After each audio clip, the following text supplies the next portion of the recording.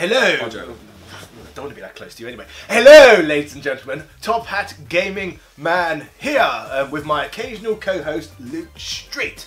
Basically, we get together on this sofa every so often and we talk about various issues relating to retro gaming. In fact, we do this quite a lot actually, as we have a whole entire another channel known as Top Hat Chat, which you should also subscribe to for regular content just like this. Anyway, today we will be discussing mad, horrible collectors who, this one in particular, is ruining Sonic the Hedgehog. Yes. So, one of our friends who runs a channel called Synth Space, his name's Brian, recently put out a video after he received a tweet saying that a mad collector somewhere in Australia has a Sonic statue that is falling apart and it needs to be saved. And he's released a whole video on this, and we'll leave a link in the description to either him or that video, one of the two, so you can go and find that. He's a very, very nice man, and he's very knowledgeable, as he used to work for Sega. Although you should excuse his strange dialect, because he does call Sega Sega, which can be a bit off-putting. Yeah, but he is Australian, so we're not going to hold that against him. Exactly. Yeah. So anyway, he's got this video, and we watched it just before we shot this, actually. Yes. And it's quite interesting. It is indeed, because basically this Sonic statue was thought to be a lot of people have got these photos online of themselves with this Sonic statue outside of the old Sega World in Sydney. Basically, what was Sega World? How would you describe it? It's kind of like some kind of interactive amusement park. It's basically the same as Sega World, which we used to have in London back in my childhood. So this place in Australia opened in 1997, from what I've heard. And again, we had one in London too. It was a bit expensive, and eventually it closed down altogether and got replaced with a little establishment known as the Chocodero, if you Londoners can remember that one as well. But that has recently now closed down as well, and now we have nothing. It's turned into nothing. Yes. But at least we had the Chocodero for a while, which is more than what Sydney had. Yeah, apparently. They had nothing straight away. Yes. We worked towards nothing. Yes. So, go London. Yeah, so where exactly would you like this conversation to go from here? I suppose we're now talking about what with the statue is. So our friend Brian, he drove out west, away from Sydney, to the home of this mad collector, to see whether this Sonic stuff was real. Because when I say mad collector, you kind of think I'm a mad Not collector. like you, mad collector. Someone who looks after all of my things and goes after stuff I actually want, stuff I will actually use. So yes, I take great care in my stuff. This is one of those people who've gone one step further and they've just completely lost the plot. Like, now you get those horrible people, you know, those idiots you get who hoard cats, and then they just let them defecate all over their house, and their house is just covered in poo and cat hair, and then the RSPCA have to come around, don't they, and take them all away, and then they cry and all that. It's that sort of mental from what I've seen. Somebody's been watching trash TV again. Yes. Yeah. Which is fine. I won't hold that against. So yes, this dilapidated Sonic statue is apparently amongst loads of other completely random, useless crap. So just a junkyard full of awful crap, essentially. Some of it probably valuable, most of it complete tat. Basically, if you've ever seen that program American Hoarders, no, American Pickers, but I think that was it's full of hoarders. It's full of hoarders, basically. Yeah. So this man's just one of those horrible mad hoarders who just doesn't look after anything, doesn't respect anything, and just lets it rot away for the sake of owning it. There's too many people like that. So apparently Brian's already approached this gentleman's wife, because this person's apparently a bit of a hermit and quite hard to get hold of. But Brian has spoken to his wife, tried to put in an offer for the Sonic statue to potentially restore it, because it's in such a terrible state, because this person doesn't look after these things. But apparently it's not for sale, and it's not even on the table and up for discussion. Is it? Yeah. He did offer some money, and they said no money is enough. No. But to be fair, if he would have offered the same amount of money for a brick on that plot, he probably would have got turned away as well. That's what these mad people are like. Because the gentleman doesn't seem to have any association to video games or Sega or anything apart from stuff. Yes, he likes lots of stuff.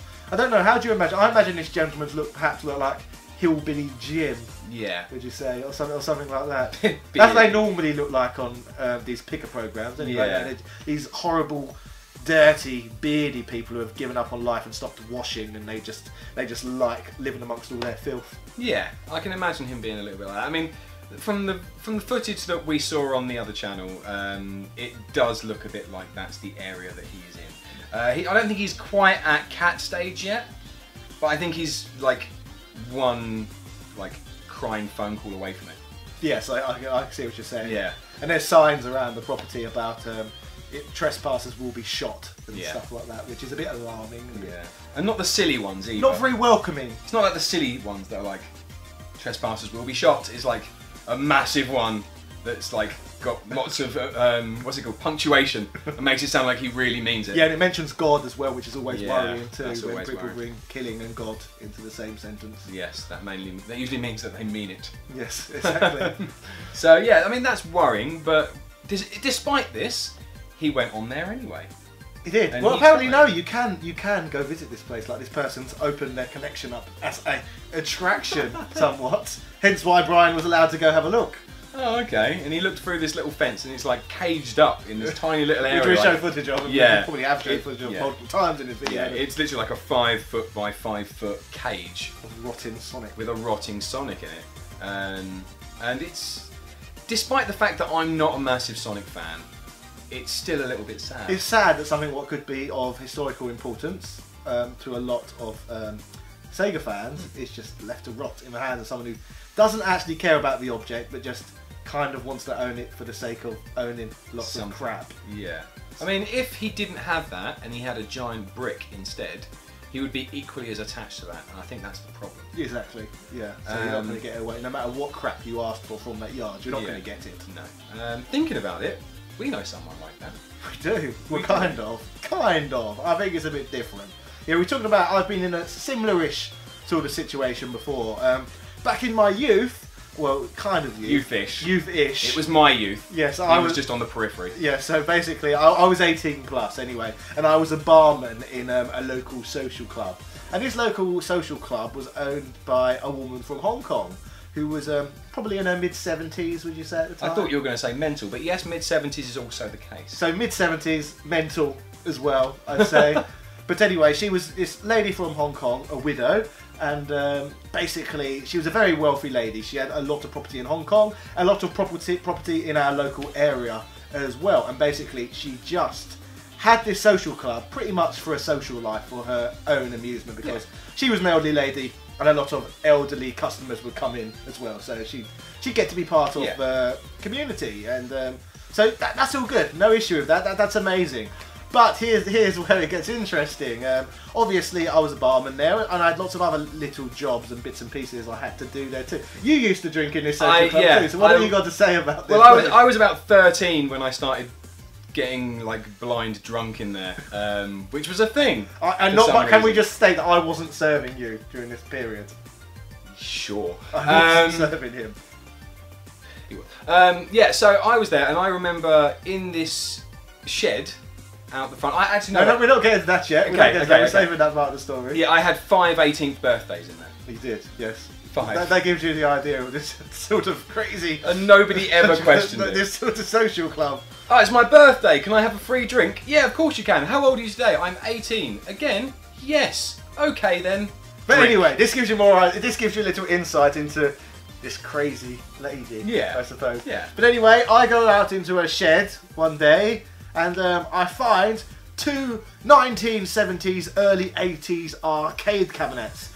In this shed, you've got a Space Invaders cabinet rotting away, one of those original tabletop ones where you look down into the table, and a Pac-Man cabinet as well. That was the big one, wasn't it? Yes, obviously I was very excited to see these. These were rotting away, but maybe they were savable. I go to the owner of the establishment and say, wow, I found these out in your shed. Can I buy them by any chance? And she was like, no, you can't buy them because they might be worth money. And that was it. Which is fine. Like, you didn't even give her a price at that point, and she still said no. No, they might there be was worth no, money. there was no price. She would basically, the way she was talking, no matter what sort of money I offered, she would not have sold them to me. Yeah, because she didn't know if it was worth more than what you were offering, and she just wanted the things. Yeah, she wanted the things. And again, filthy rich, like so rich. Yeah, There was no reason. She said she wanted them because they were worth money, but she was already rich, like as rich as you can be, basically. So she didn't need the money, but she just wanted to hoard them. So it's a similar sort of scenario. So as far as I'm aware, 10 years later, these arcade cabinets are still rotting away in a Chinese lady's shed. Yeah, so, and that's also depressing. It is very depressing. So yeah, an elderly woman's shed has got these two fantastic golden age machines rotting away. So, and that upsets me. So I can see how this Sonic could upset a lot of people too. Definitely. So what do we do about these elderly, insane people who are ruining everything? Yeah, I'm not really sure.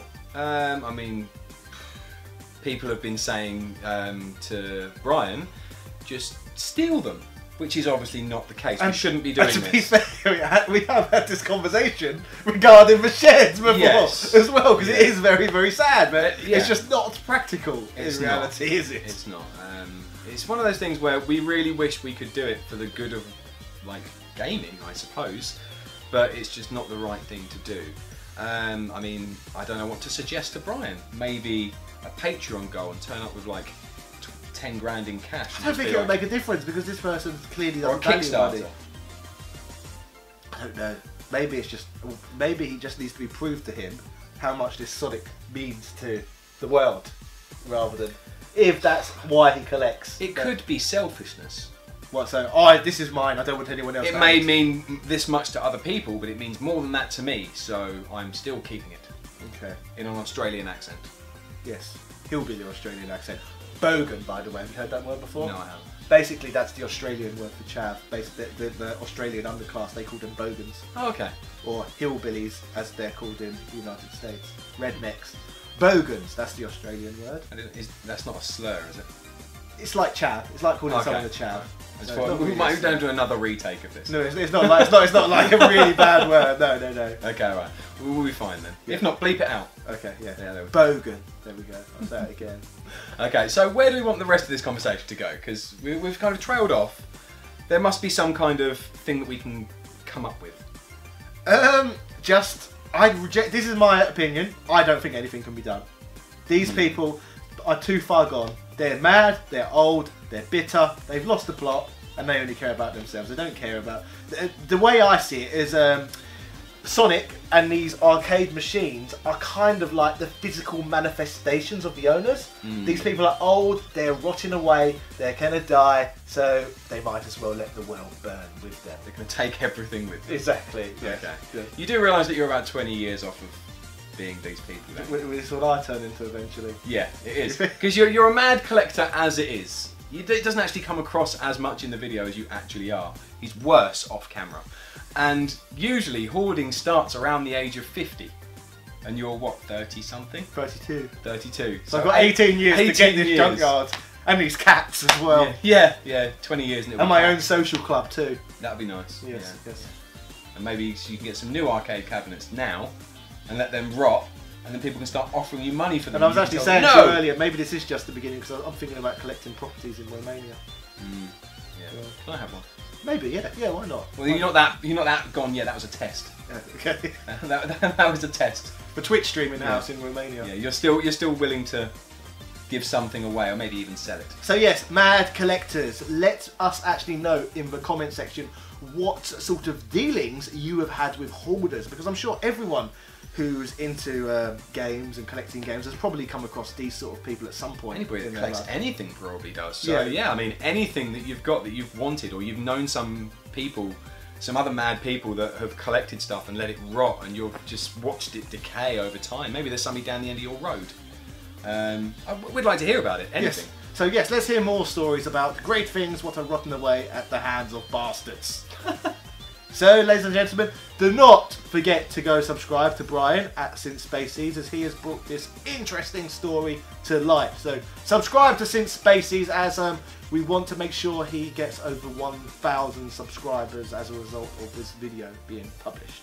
That'd be lovely, wouldn't it? Yes. So, as I said, let us know your stories about horrible, mad hoarders. That would be fantastic. Yeah. Cheerio!